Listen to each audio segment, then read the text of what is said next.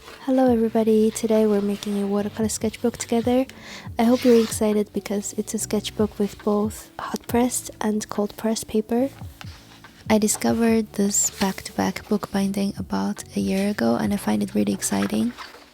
So if you're like me that you tend to jump between different types of papers, I think this would be great for you. I took this course on domestica about a year ago and I have experimented with a few different materials since then, but I still consider myself a very new beginner when it comes to bookbinding.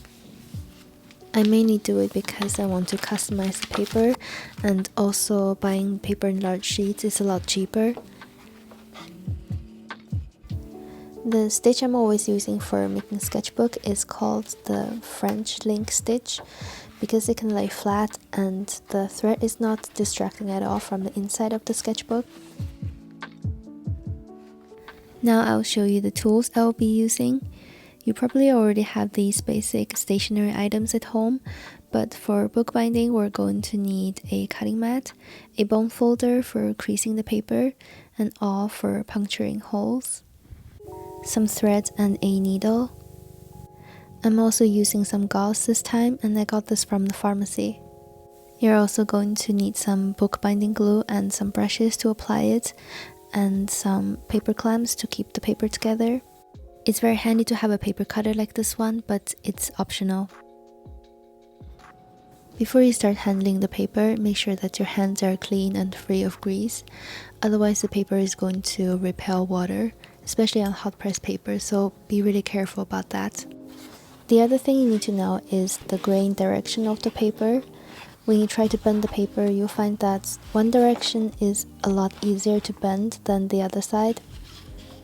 And if you make a sketchbook with the spine placed on the same direction where the paper tends to bend, it's going to buckle a lot when the paper gets wet. It's kind of hard to explain, so if you're not sure, just try it out with small pieces of paper like I did here to see how the paper buckles.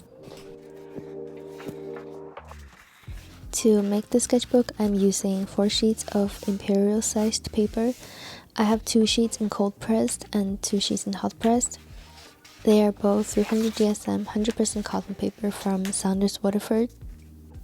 I wanted the sketchbook to be a profile format of 19 by 26 centimeters, so I tore the imperial size paper into 4 pieces, and then the size will be 38 centimeters in the width and 28 in height. And then I made a crease right in the middle. After that, I just need to trim off the excess 2 centimeters on the top.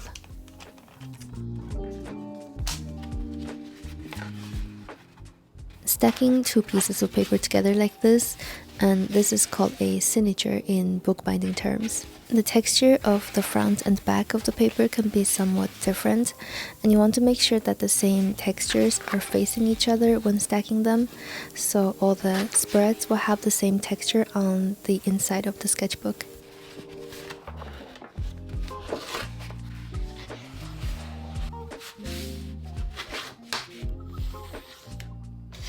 I repeat this process until I have 3 signatures in hot pressed paper and 3 in cold pressed.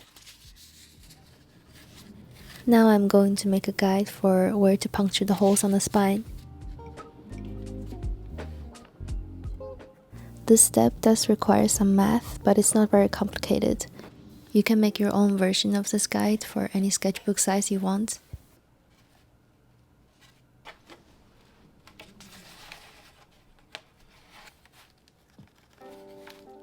I marked with a pencil where the holes should be, and then I start to puncture the holes on all the signatures. This process can take a while, so I like to put on a movie or something. Usually it won't take too long, and I think having 6 to 7 signatures is just the right amount of work and the right thickness for the sketchbook too. Now the holes are ready, we're gonna start sewing. I'm using a double thread, a very thin and strong nylon thread and a slightly thicker cotton thread. I'm not using the waxed kind of thread because if any of the wax got on the paper, it's going to be very annoying when painting with watercolor. So now I'm following the guide I made earlier. I started to sewing from the right side of the spine and continue all the way to the left end.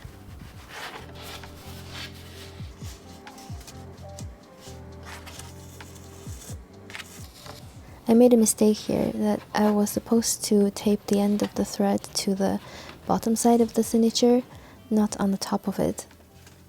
It was not very convenient to remove it later on, but now I hope I will remember this mistake and hopefully not repeat it next time.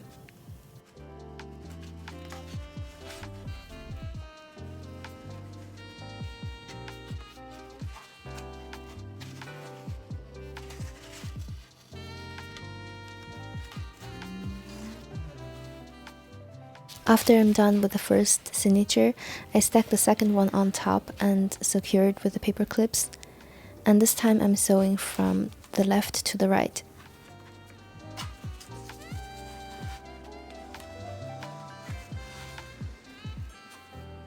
Now the needle needs to go behind this long stitch of the previous signature and then continue to the next hole. Make sure that from here on all the long stitches are linked to the ones beneath them. That's the reason this stitch is called the French link stitch. When you reach the end of the signature, remove the tape, tie a knot with a loose end, and then continue with the next one.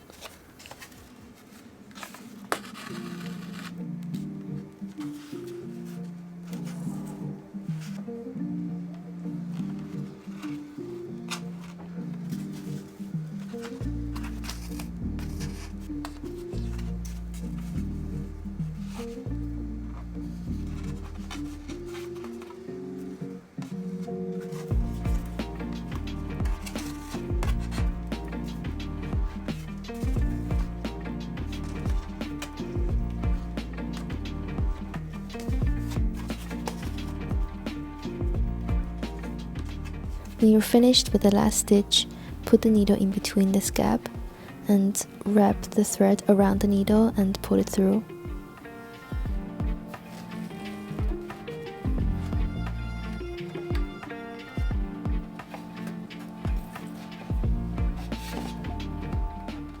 I'm tucking in the rest of the thread and cutting off the excess. Repeat this whole process for the other type of paper and they are ready for gluing. I used some old cardboard to protect the paper and put it in the book press. This is the bookbinding glue I'm using. I apply it with an old brush and wait for it to dry for about 15 minutes, and then I add another layer. I have a homemade book press, but if you don't, you can use some strong paper clamps to press the paper together and use something heavy on top to secure it, like big books or some heavy weights. I let them dry overnight, and it's always so satisfying to take them out in the morning.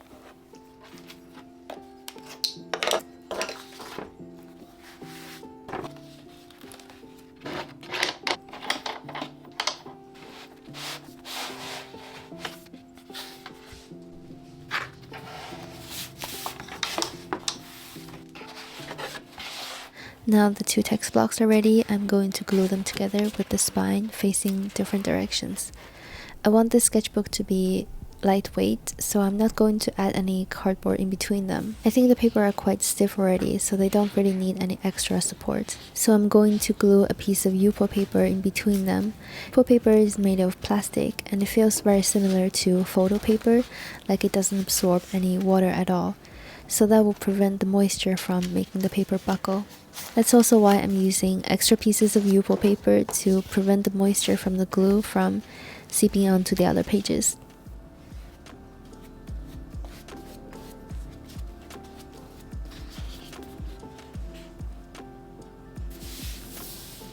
Bone folder is a great tool to push out any air bubbles and even out the glue, and after applying that, I let it dry for 20 minutes under a heavy book.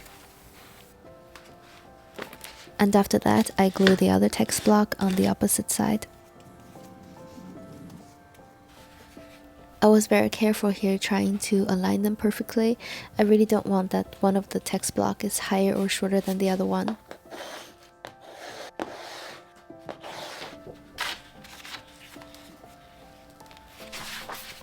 I let it dry for 20 minutes again, and this sketchbook is really starting to take shape.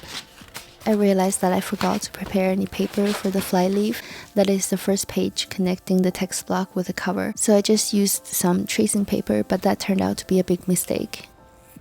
It's also the first time I use gauze to make the spine sturdier. I'm still not sure if it's necessary, but I guess we'll see.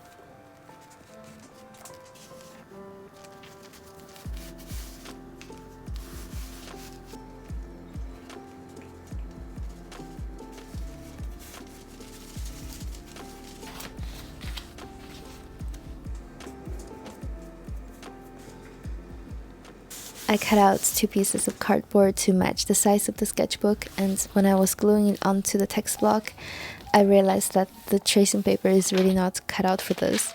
It's just too flimsy and it got so wrinkly, and I just had to rip them off the page.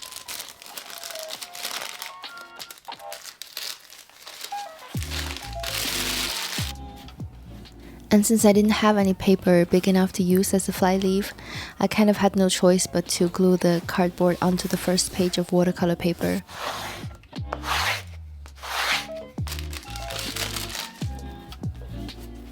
And then I repeated for the other side and let it dry under some weights for about 1 hour.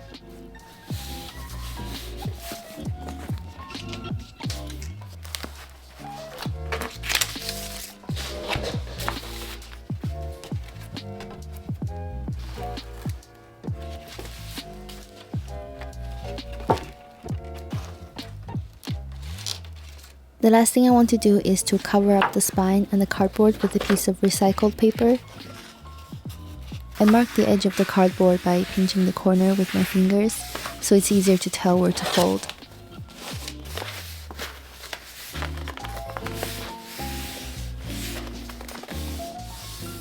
And of course, do it on the other side as well.